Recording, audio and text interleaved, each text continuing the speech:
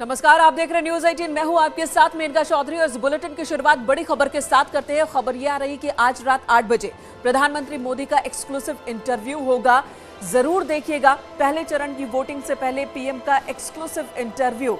देश और प्रदेश के तमाम मुद्दों पर प्रधानमंत्री करेंगे बात।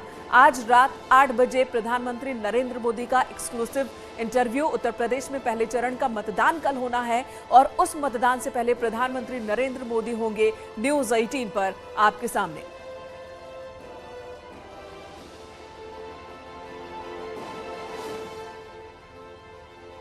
और अब से ठीक 12 घंटे बाद यूपी में पहले दौर का मतदान होगा। सुबह 7 बजे से शाम 6 बजे तक 11 जिलों की 58 सीटों पर वोट डाले जाएंगे।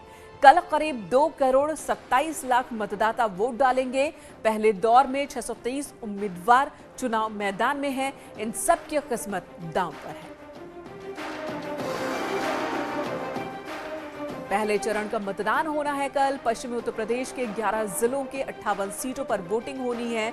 10,000 से ज्यादा पोलिंग बूथ बनाए गए हैं। सुरक्षा व्यवस्था कड़ी कर दी गई है।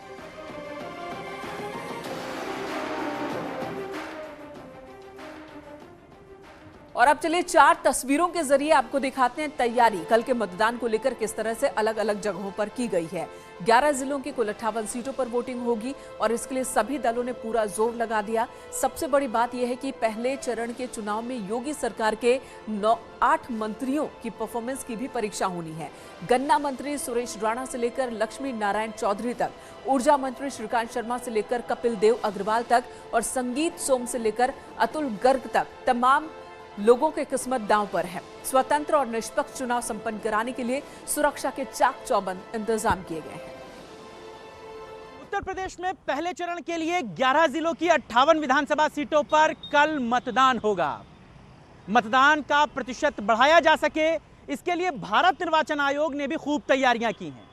मतदान के समय में 1 घंटे का इजाफा किया है, यानी सुबह 7 बजे से जो मतदान शुरू होगा वो शाम 6 बजे तक जारी रहेगा। शाम 6 बजे तक जितने भी लोग मतदान की प्रक्रिया में हिस्सा लेने के लिए लाइन में लगेंगे वो सभी लोग वोट डाल सकेंगे। इन सभी 58 विधानसभा सीटों पर 2 करोड़ 28 लाख मतदाता अपने मताधिकार का प्रयोग करेंगे। हालांकि बैलेट पेपर से हो रहे मतदान प्रक्रियाओं पर भी तमाम तरीके के सवाल उठने के मुद्दे पर भारत निर्वाचन आयोग पूरी तरीके से अपनी तैयारियों में दुरुस्त नजर आता है।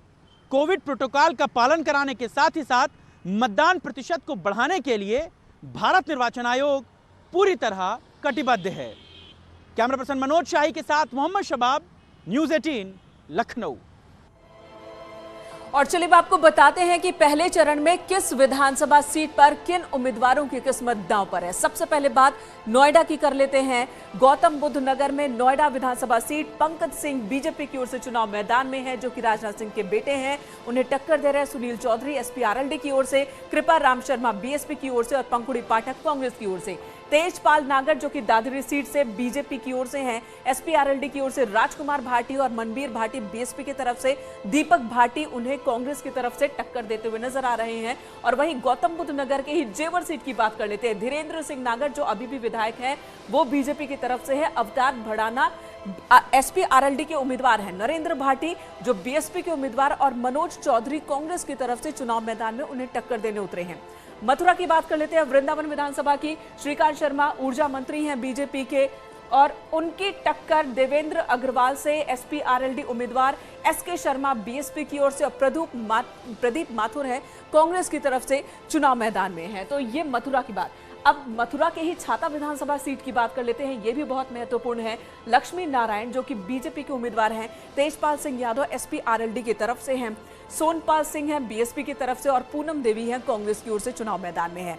2017 की बात की जाए तो इन 58 में से 53 सीटों पर बीजेपी ने कब्जा किया था। अगले विधानसभा सीट की बात कर लेते हैं और उन 58 में ये भी एक शामिल था। साहिबाबाद विधानसभा सीट सुनील शर्मा बीजेपी की तरफ से, अमरपाल शर्मा एसपी-आरएलडी की ओर से तो अजीत कुमार पाल बीएसपी की तरफ से और संगीता त्यागी उन्हें कांग्रेस की तरफ से टक्कर देने के लिए उतरी हैं।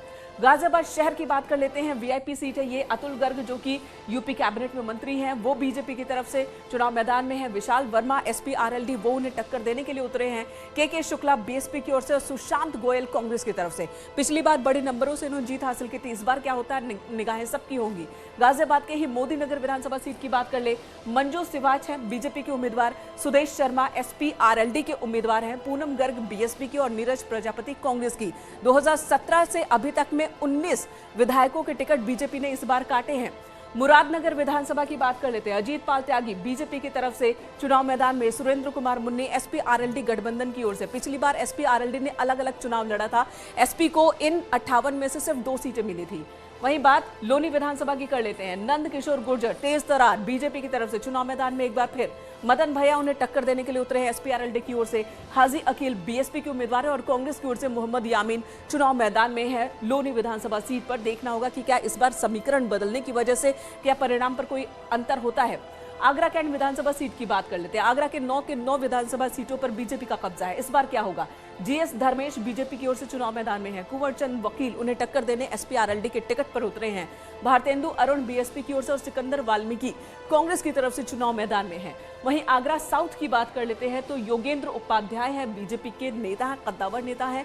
विनय अग्रवाल एसपी आरएलडी की ओर से, रवि भारद्वाज बीएसपी की ओर से चुनाव मैदान में है, जबकि अनुज शर्मा कांग्रेस की तरफ से उन्हें टक्कर देने के लिए उतरे हैं। तो इस टक्कर में क्या पिछली बार से अलग कोई चुनाव परिणाम देखने को मिल सकता है, ये एक बड़ा सवाल है।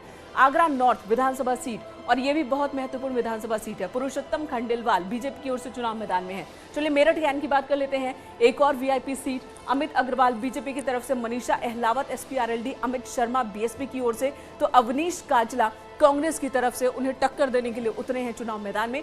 ये वो महत्वपूर्ण सीट है जिन पर कल होना है मतदान। मेरठ सिटी की अगर बात की जाए, कमल दत्त शर्मा बीजेपी के उम्मीदवार है, रफीक अंसारी एसपी आरएलडी की ओर से, दिलशाद शौकत बीएसपी की ओर से और रंजन शर्मा कांग्रेस की तरफ से। यहां पर किसान कैराना की बात कर लेते हैं। ये बहुत ही हाई प्रोफाइल सीट आप कह सकते हैं। मृगांका सिंह एक बार फिर चुनाव मैदान में है, नाहिद हसन से उनकी टक्कर है। नाहिद हसन इस वक्त जेल में है। एसपी की ओर से पिछली बार उम्मीदवार थे, जीते थे, मृगांका को उन्होंने मात दी थी। इस बार क्या होता है देखना होगा। वेदपाल उपाध्याय बीएसपी की ओर से और अखलाक प्रधान कांग्रेस की तरफ से चुनाव मैदान में है। ये कैराना विधानसभा सीट जहां से गृह मंत्री ने भी चुनाव प्रचार की इस बार शुरुआत की। शामली विधानसभा सीट की बात कर लेते हैं। यहां पर भी मामला बहुत गर्म वाला है। तेजिंदर निर्वाल बीजेपी की तरफ से चुनाव मैदान में है। प्रसन्न चौधरी एसपी आरएलडी के उम्मीदवार हैं। विजेंद्र मलिक बीएसपी और अयूब जान कांग्रेस की तरफ से चुनाव मैदान में है। पिछली बार कांग्रेस और समाजवादी पार्टी ने मिलकर चुनाव लड़ा था। हालांकि कई सीटों पर फ्रेंडली फाइट भी कांग्रेस और समाजवादी पार्टी के बीच थी, लेकिन इस बार एसपी आरएलडी एक साथ है। थाना भवन विधानसभा, सुरेश राणा बीजेपी की ओर से, कद्दावर है, तेज तरार है, बोलने में बहुत तेज है। खासकर जब बात होती है जाट और किसान की, हिंदू मुसलमान की, तो इनके वक्तव्य जरूर आते हैं। अशरफ अली एसपी आरएलडी की ओर से चुनाव मैदान में है। जहीर मलिक बीएसपी की ओर से और सत्यम सैनी कांग्रेस की तरफ से चुनाव मैदान में है। ये वो तमाम महत्वपूर्ण विधानसभा सीट है जिन पर कल होने हैं इलेक्शन, मतदान होना है। बुलंदशहर सदर सीट की बात कर लेते हैं। प्रदीप चौधरी चुनाव मैदान में बीजेपी की तरफ से, हाजिर Yunus Khan SP RLD, Kallu Qureshi BSP की ओर से, तो सुशील चौधरी कांग्रेस की तरफ से चुनाव मैदान में है। और वहीं बुलंदशहर की स्याना विधानसभा सीट की बात कर ले, देवेंद्र चौधरी जो कि बीजेपी की तरफ से चुनाव मैदान में है, दिलनवाज खान एसपी आरएलडी की ओर से, सुनील भारद्वाज बीएसपी की ओर से और पूनम पंडित कांग्रेस की तरफ से चुनाव मैदान में। मुजफ्फरनगर सदर विधानसभा सीट, ये भी बहुत महत्वपूर्ण है। कपिल देव अग्रवाल बीजेपी, सौरभ स्वरूप एसपी आरएलडी, पुष्पांकर बीएसपी और सुबोध शर्मा कांग्रेस की तरफ से सियासी रण में एक दूसरे को टक्कर देते हुए मुजफ्फरनगर के ही बुढ़ाना विधानसभा सीट की बात कर ले, उमेश मलिक जो बीजेपी ने उन्हें उम्मीदवार बनाया है, राजपाल बालियान एसपी आरएलडी की ओर से यहां से चुनाव मैदान में है, हाजी अनीस बीएसपी की ओर से और देवेंद्र कश्यप कांग्रेस की तरफ से। कुल 58 विधानसभा सीटों पर कल होना है मतदान और इन 58 विधानसभा सीटों में कई विधानसभा सीट बहुत ही संवेदनशील कैटेगरी में रखे गए हैं। वहां को लेकर खास इंतजाम चुनाव आयोग की ओर से किया गया है।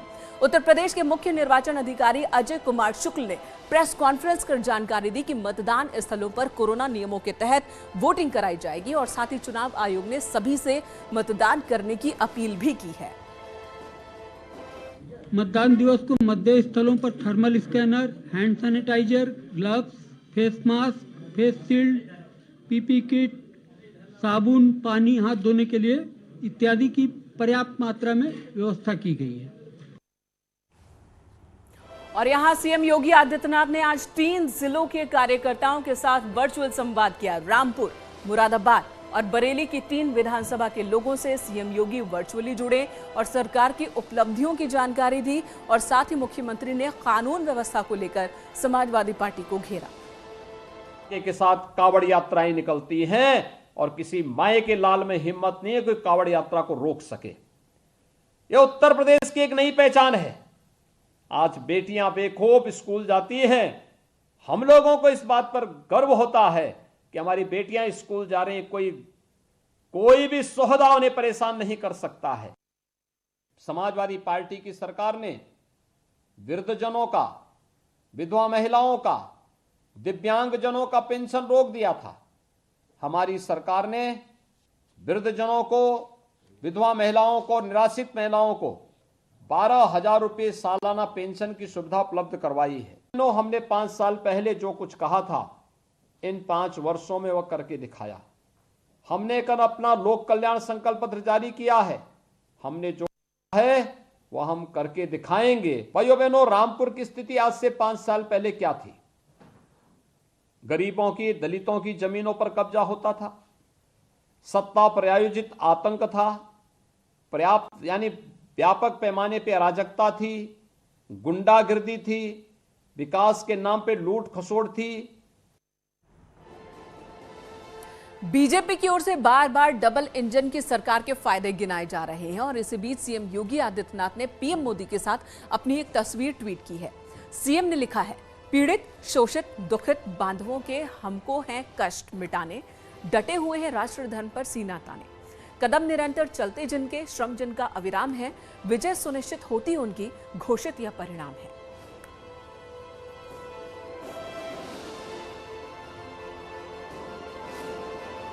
इधर केंद्रीय मंत्री अनुराग ठाकुर ने एक वीडियो ट्वीट किया है और समाजवादी पार्टी पर निशाना साधा। अनुराग ठाकुर के ट्वीट किए गए वीडियो में एक शख्स इस महिला की पीठ पर स्टिकर चिपकाता नजर आ रहा है। इस दौरान वो महिला का हाथ पकड़ने की भी कोशिश करता दिखता है। वीडियो किसी प्रचार के दौरान का दिख रहा है। अनुराग ठाकुर ने ट्वीट कर लिखा है कि यही है लाल टोपी के कारनामे। एक राह चलती महिला के साथ सपा नेता की बदसलूकी देखिए। हालांकि इस पर एक सफाई भी आई है। इन्हीं दोनों का एक वीडियो सामने आया है जिसमें दोनों को भाई बहन बताया जा रहा है। तो अनुराग ठाकुर के ट्वीट पर समाजवादी पार्टी की ओर से सफाई दी गई है। वीडियो में दिख रहे युवक और युवती दोनों ने मिलकर एक वीडियो जारी किया है जिसमें युवक युवती को अपनी बहन बता रहा है और कह रहा है कि जनसंपर्क के दौरान हंसी मजाक चल रहा था। जो कल एक वीडियो वायरल हुई है, जो हमने स्टिकर लगाया था, वो मेरी बहन है और उस मुद्दे को जो है तो बहुत बड़ा मुद्दा बनाया जा रहा है। उस हंसी मजाक के मुद्दे को हम लोग साथ में जनसंपर्क कर रहे हैं और हम लोग सिर्फ जनसंपर्क कर रहे हैं, हंसी मजाक कर रहे हैं। उस हंसी मजाक को चुनावी मुद्दा बनाया जा रहा है। उधर कर्नाटक में हिजाब को लेकर शुरू हुआ हंगामा अब यूपी तक पहुंच चुका है। यूपी में भी हिजाब को लेकर सियासत गर्म हो गई है। कांग्रेस महासचिव प्रियंका गांधी ने इसे लेकर गंभीर सवाल खड़े किए। ट्वीट कर लिखा, चाहे बिकनी हो या घूंघट या जीन्स या फिर हिजाब, महिलाओं को यह अधिकार है कि वो क्या पहने। भारतीय संविधान से इस अधिकार की गारंटी दी गई है। महिलाओं का उत्पीड़न बंद करो। इसके अलावा बीजेपी और कांग्रेस ने भी एक दूसरे पर राजनीति का आरोप लगाया है।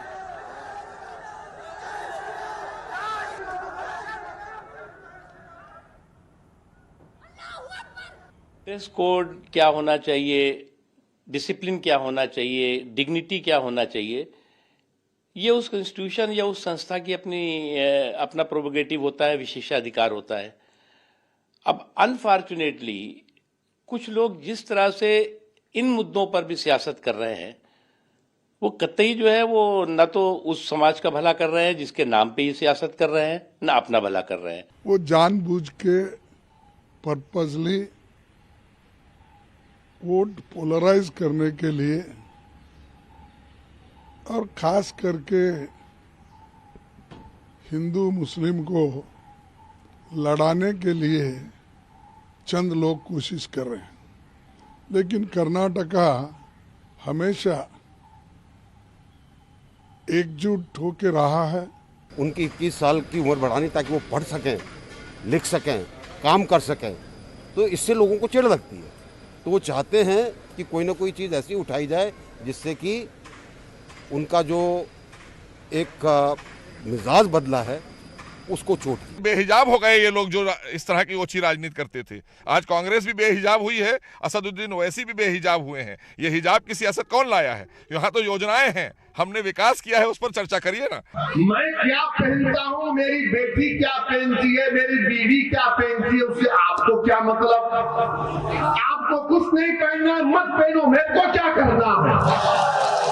क्योंकि सुप्रीम कोर्ट का जजमेंट है। बोलेंगे इसने भड़काऊ बात की, जाहिल लोग। पुट्टू स्वामी का जजमेंट है। पुट्टू स्वामी जजमेंट में सुप्रीम कोर्ट ने कहा कि कौन क्या खाता है, कौन क्या पहनता है, वो तुम्हारी जिम्मेदारी। ब्रेक के बाद खबर नोएडा से। ट्विन टावर गिराने की तारीख तय कर दी गई है। नोएडा अथॉरिटी की सीईओ ऋतु माहेश्वरी ने जानकारी दी है कि 22 मई तक टावर तोड़ने का वक्त है। उससे पहले ट्विन टावर गिरा दिया जाएगा। तो 22 मई से पहले ट्विन टावर गिरा दिया जाएगा। सीईओ ऋतु माहेश्वरी ने ये जानकारी दी है। सुप्रीम कोर्ट ने सख्त लहजे में कहा था और 2 हफ्ते का वक्त दिया था ट्विन टावर को गिराने के लिए, लेकिन आज ऋतु माहेश्वरी ने कहा कि 22 मई तक का वक्त है उनके पास और वो उससे पहले ये टावर गिरा दिया जाएगा।